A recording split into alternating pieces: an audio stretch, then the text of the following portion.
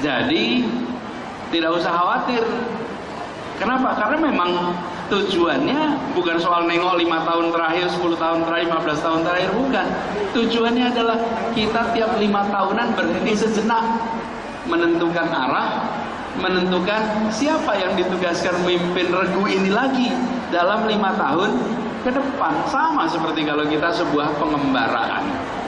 Jadi ini, kita ingin agar kalimat keadilan sosial bagi seluruh rakyat Indonesia bukan sekedar dibacakan dalam upacara-upacara, tapi dilaksanakan dalam keseharian penyusunan program pemerintah.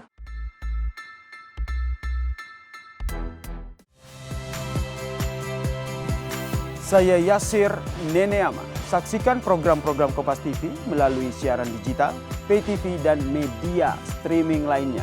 Kompas TV, independen, terpercaya.